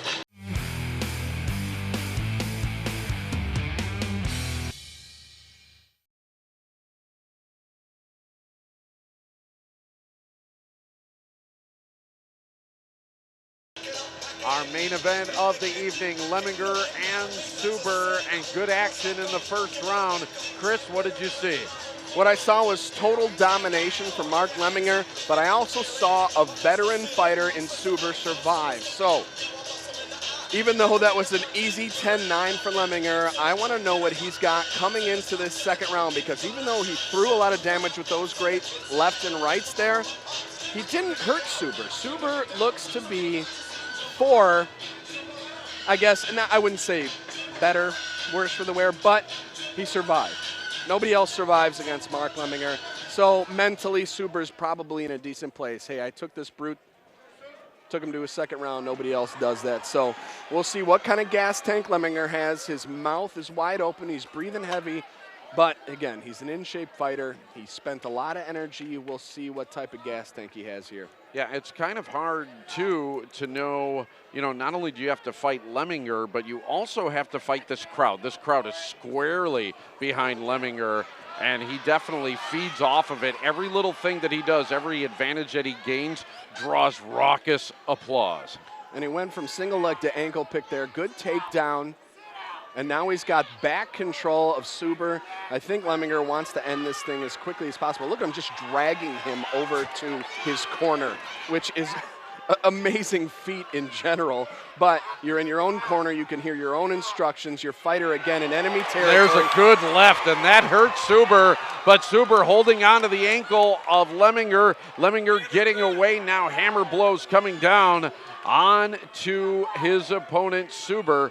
Suber holding on for dear life here as he's taken some early damage in round number 2. Suber's in desperation mode. He was hurt by that punch. He went for a takedown, still on his knees. Lemminger, though, for the first time was just put on his back, but doesn't look to be panicking at all. Uses the left arm of Suber to stand back up, put Suber in a little bit of trouble here, but it's crazy how big and strong Mark Lemminger has. Or how big he is. It's insane seeing the type of specimen he is. And what great shape he is in. I mean, from top to bottom, you talked about the lean muscle, abs, legs, everything. He looks to be in amazing shape right now. As Suber, though, has him backed up against the post here on the cage here in the second minute of the second round. And this is where Suber has to keep the fight. If he wants to win, he's got to grind out 4 more rounds like this, hopefully win on some sort of striking or control advantage and stop from being taken down like that, which was a good job. And look, he closed the gap one more time. He doesn't want to let Lemminger get off. Lemminger just pushing Suber down. Now he hits with a couple of good shots. Good striking from Lemminger as he continues to rain blows down, and the crowd approves. They love it.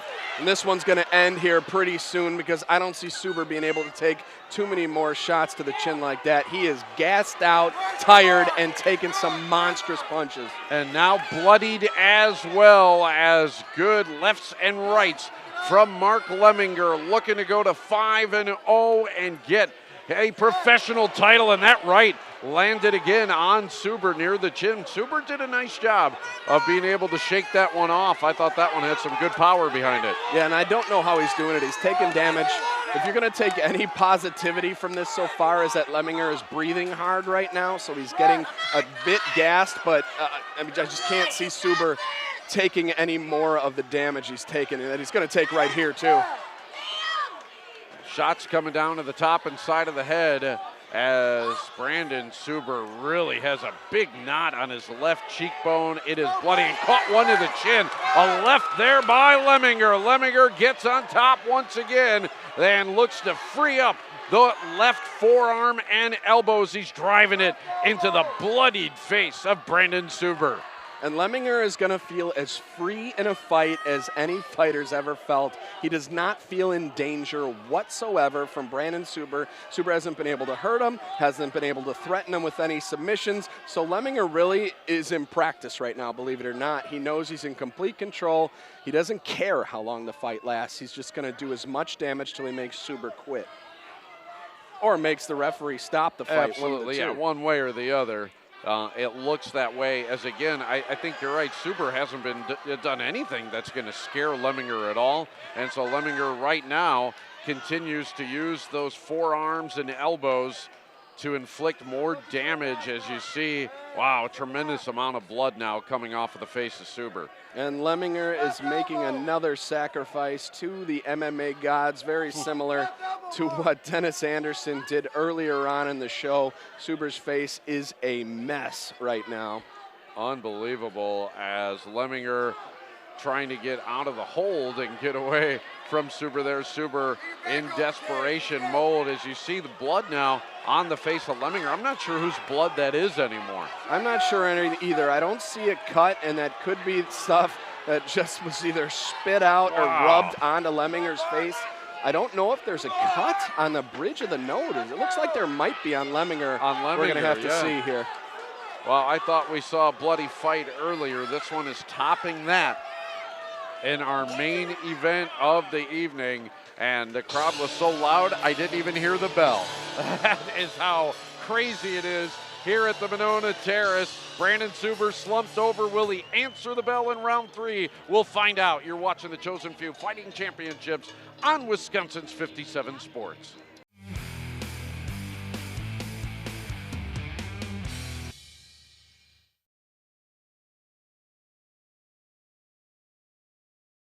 A brutal title fight as the blood has mounted here after the second round. And Chris, it looks like Mark Lemminger's in complete control. Well, look how strong he is, dragging Suber across the cage like that, throwing him around, landing big lefts, big rights. But I got to give credit to Suber. I don't care that he's losing this fight. He's staying in it. He's fighting all the way through. The only issue is he's had no offense whatsoever for Mark Lemminger. Yeah, you talked about Lemminger throwing him around, and that's so impressive. Like you said, these guys weigh the same. So being able to take that guy and just throw him around, and he's done it a few times in this fight, is pretty astounding right now as you take a look at Suber just sitting on the ground, and boy, he just doesn't look like he's all that game to come out here for round number 3.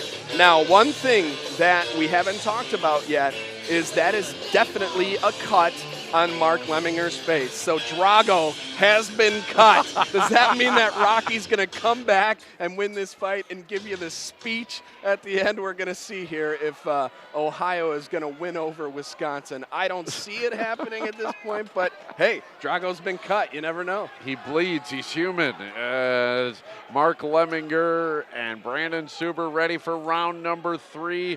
And Suber, we got a timeout here as our ref is taking a look now as we got the doctor in, looking in at Lemminger. There's a hematoma under his right eye. Doc was checking to see how he was doing, if he could see, if he was having breathing issues, and he's going to do the same thing right now to Suber. Suber does have that big hematoma and the cut under his right eye, but both guys look ready to go. So you get best of both worlds there. A doctor checking for the safety of the fighters, and both fighters saying, get out of here. We've got a title fight. Right, here we go. The strap on the line. The welterweight title, round number 3, scheduled for 5. It has been bloody. It has been gory and tough. Mark Lemminger seemingly in control, but Brandon Suber has been toughing this one out and is still alive here in round number 3. And I like that Suber is on the balls of his feet. He's looking for somewhere to strike, somehow to mount at least a little bit of offense. And Lemminger looks a little gassed. He does. Indeed he does, and never thought we'd see the day with Mark Lemminger. And like you talked about, though, he's not used to going this far. This is something different, and whenever a fighter breaks through that threshold, it's a big learning experience and a new moment for them. So we'll see how Lemminger responds to it here in the 3rd round. And let's give credit to the Chosen Few matchmaker, Josh Steary. You know, you look at this fight on paper, you look at these two fighters stand next to each other. Everybody thought Lemminger was going to end this fight in under a minute, Mike Tyson style. Hasn't happened. Suber's still alive.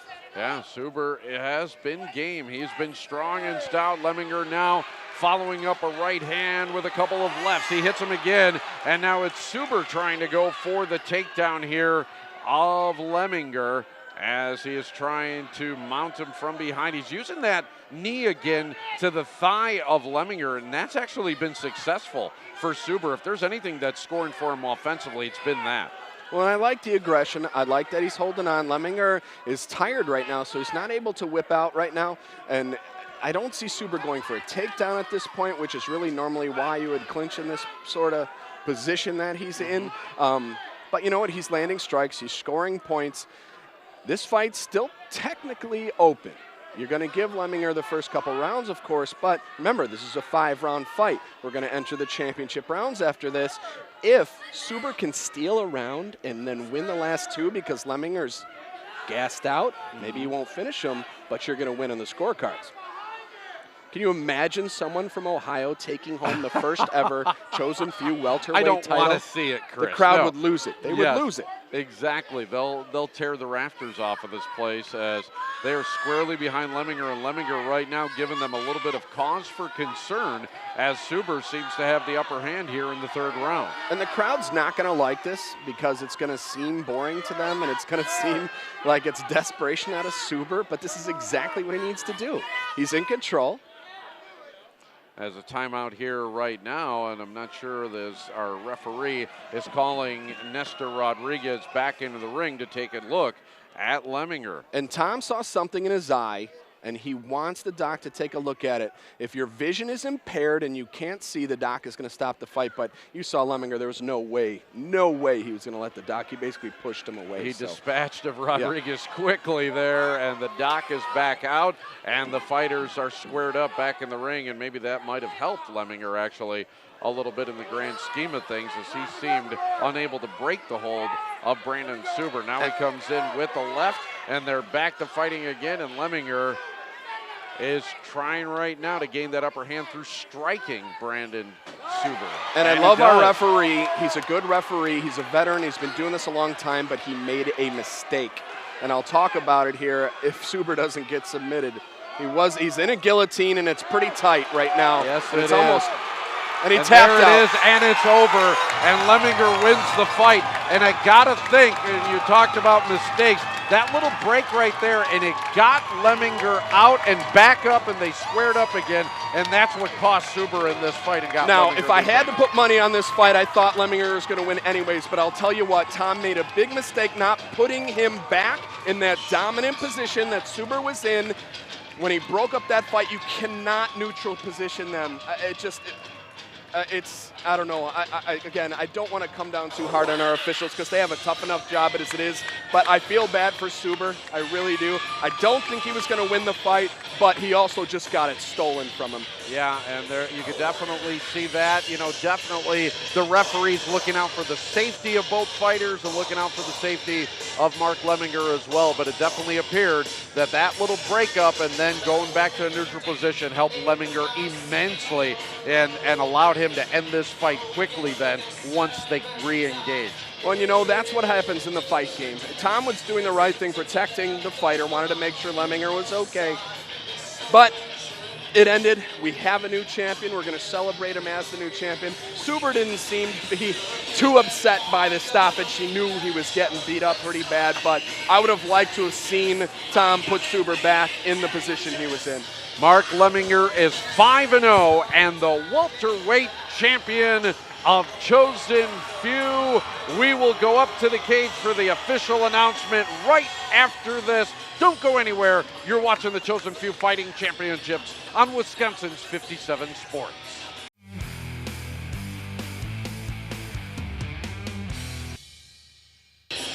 Couple of champions crowned here in the professional ranks for the first time in Chosen Few history, and boy, there were some great fights here tonight. We did all 12 of them, and it finished with a flurry and 2 new belts being handed out, and Mark Lemminger able to handle Brandon Suber in a bloody fight. We thought that maybe that the Anderson-Zidek fight was the bloodiest of the night. As you see, this one definitely took the cake there. Let's go up to the cage. 3 minutes, 21 seconds of round number 3 for your winner by Ninja Choke and the new Chosen Few welterweight champion, Mark Lemminger.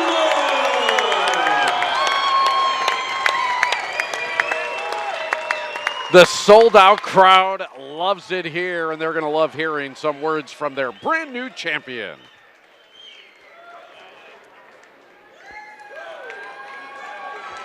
Chris has the mic as both fighters posing bloody and all with Josh Sterry. And here we go. The new welterweight champion, I would say definitely your toughest fight to date. A grizzled veteran took your punishment in the first round and actually had a bit of a comeback of his own going there in that third round.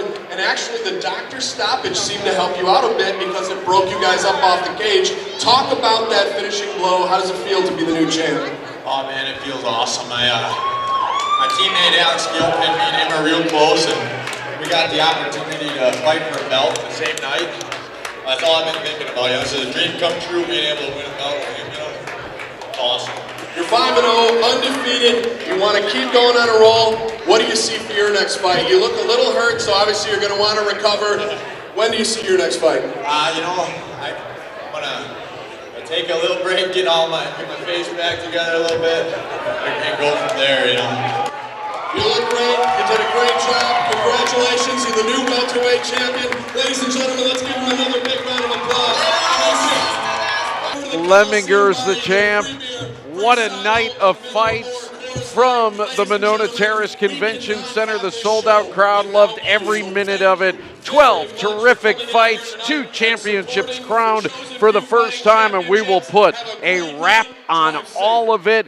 That is next, as you have been watching the Chosen Few Fighting Championships number 10 on Wisconsin's 57 Sports.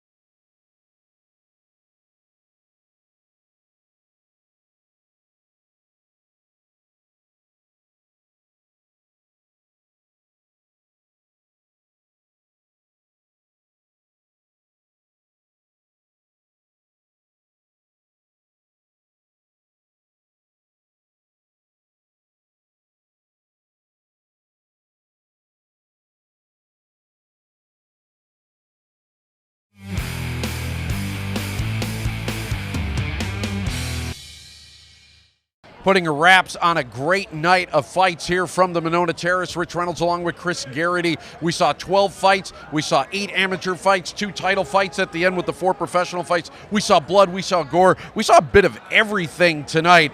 If we're going to call it something, wrap it up, summarize it, what would you say Chosen Few Fighting Championships 10 was for you, Chris? For those folks that don't get to see a lot of MMA and are especially new to the sport, this is the type of show I would have them watch because of what you just said. Submissions, decisions, finishes, little blood, little bit of everything knockouts, in this everything. fight. Yeah, right. we and had of it course, all. 2 title bouts. Yeah. And both title bouts really did live up to their billing. Yeah, and taking a look at the 2 title bouts, we saw a couple of fighters who didn't have as much experience fighting out of Chosen Few Gym, fighting more experienced fighters. Did they gain some valuable experience besides gaining belts here tonight? If you want to move on to the next level, and I'm talking the national promotions that are out there, you have to fight fighters that have more experience and bigger records. Because if you're fighting cans the whole time and beating them up in one round, nobody's going to care anything about you. What they did tonight is they proved that they're worth what everybody thinks they're worth. They won tough fights, Lemminger especially. That was the toughest fight we'd ever seen him be in, and he still came out the victor. So yes, that did a lot for them when it comes to the national stage. 12 fights tonight. What was the fight of the night? Oh boy, why'd you put me on the right? spot here? I would say Dennis Anderson, only because I've seen Dennis fight so much, and I really wanted him to win, and word around the campfire is that was his last fight. Glad he came out with a dominant victory. Yeah, great story. It was a great comeback. The crowd was in full throat. Sellout. It was absolutely amazing. I know Josh Sterry was pumped up. He should be, because this went really, really well. We're going to do it again in April. Hopefully we'll get a chance to work together again too, Chris. Yes, sir. So, yeah, I thought that this was absolutely amazing. Great job by our crew, led by Ken, Brennan, our camera people that were here as well, and on the graphics. Everybody did an awesome job both in-house, and hopefully you enjoyed watching it as well. So We'll see you next time. Chris, thank you Sounds so good. much. Yeah, we'll sign off from here for now. Thank you for tuning in. And again, this has been the Chosen Few Fighting Championships right here on Wisconsin's 57 Sports.